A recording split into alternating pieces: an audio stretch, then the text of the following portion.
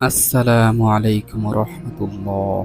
প্রিয় শ্রোতা, আজ আমরা আপনাদের সামনে নবী করিম সাল্লাল্লাহু আলাইহি ওয়াসাল্লামের জীবনের একটি মহান ঘটনা তুলে ধরতে যাচ্ছি, যা আমাদের শিখিয়ে দেয় ক্ষমা ও সহনশীলতার প্রকৃত অর্থ। এটি হলো তায়েফের ঘটনা। তৎকালীন সময়ে রাসূলুল্লাহ সাল্লাল্লাহু আলাইহি ওয়াসাল্লাম মক্কায় দীর্ঘদিন দাওয়াতের কাজ চালিয়ে যাচ্ছিলেন, কিন্তু মক্কার নেতারা তাকে এবং তার অনুসারীদের উপর অত্যাচার করতে থাকেন। এ সময় নবী করিম সাল্লাল্লাহু আলাইহি সাল্লাম আল্লাহর আদেশে ইসলাম প্রচারের জন্য মক্কার বাইরে তায়েফে যাওয়ার সিদ্ধান্ত নেন। তায়েফ ছিল একটি সমৃদ্ধশালী শহর, যেখানে শক্তিশালী ও প্রভাবশালী লোকেরা বসবাস করতেন। নবী করিম সাল্লাল্লাহু আলাইহি সাল্লাম আশা করেছিলেন এখানকার নেতারা ইসলাম গ্রহণ করবে এবং তার সমর্থন করবেন।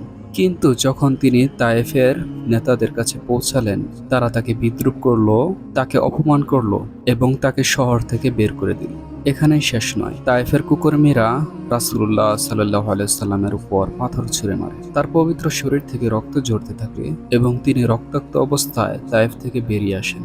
সেসব মুহূর্ত ছিল অত্যন্ত কষ্টকর। নবী করিম সাল্লাল্লাহু আলাইহি সাল্লাম কোনো প্রকার প্রতিশোধ নেননি। রাসূলুল্লাহ সাল্লাল্লাহু আলাইহি সাল্লাম বাগানে আশ্রয় নিলেন এবং আল্লাহর কাছে দোয়া করলেন, হে আল্লাহ, আমি তোমার কাছে আমার অসহায়ত্ব ও দুর্বলতার জন্য ফরিয়াদ করছি। তুমি আমার জন্য সন্তুষ্ট থাকলে আমি এই কষ্ট সহ্য করব।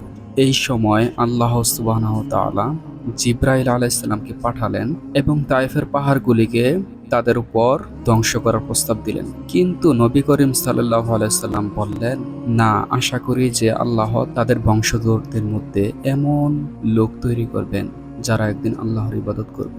এভাবে নবী করিম সাল্লাল্লাহু আলাইহি সাল্লাম তার মহত্ব এবং মহানুভবতা দিয়ে মানুষের মধ্যে একটি অনন্য দৃষ্টান্ত স্থাপন করেন। তিনি দেখিয়ে দিয়েছেন ক্ষমা ও সহনশীলতা হলো প্রকৃত বিশ্বাসীর পরিচয়। প্রিয় শ্রোতা, তায়েফের এই ঘটনাটি আমাদের শিক্ষা দেয় যে জীবনে যতই কষ্ট বা অপমানের সম্মুখীন হই না কেন, আমাদের সবসময় ক্ষমাশীল এবং ধৈর্যশীল হওয়া উচিত। আসুন আমরা নবী করিম সাল্লাল্লাহু আলাইহি সাল্লামের আদর্শকে অনুসরণ করি এবং আমাদের জীবনে ক্ষমা ও সহনশীলতার শিক্ষা বাস্তবায়িত করি।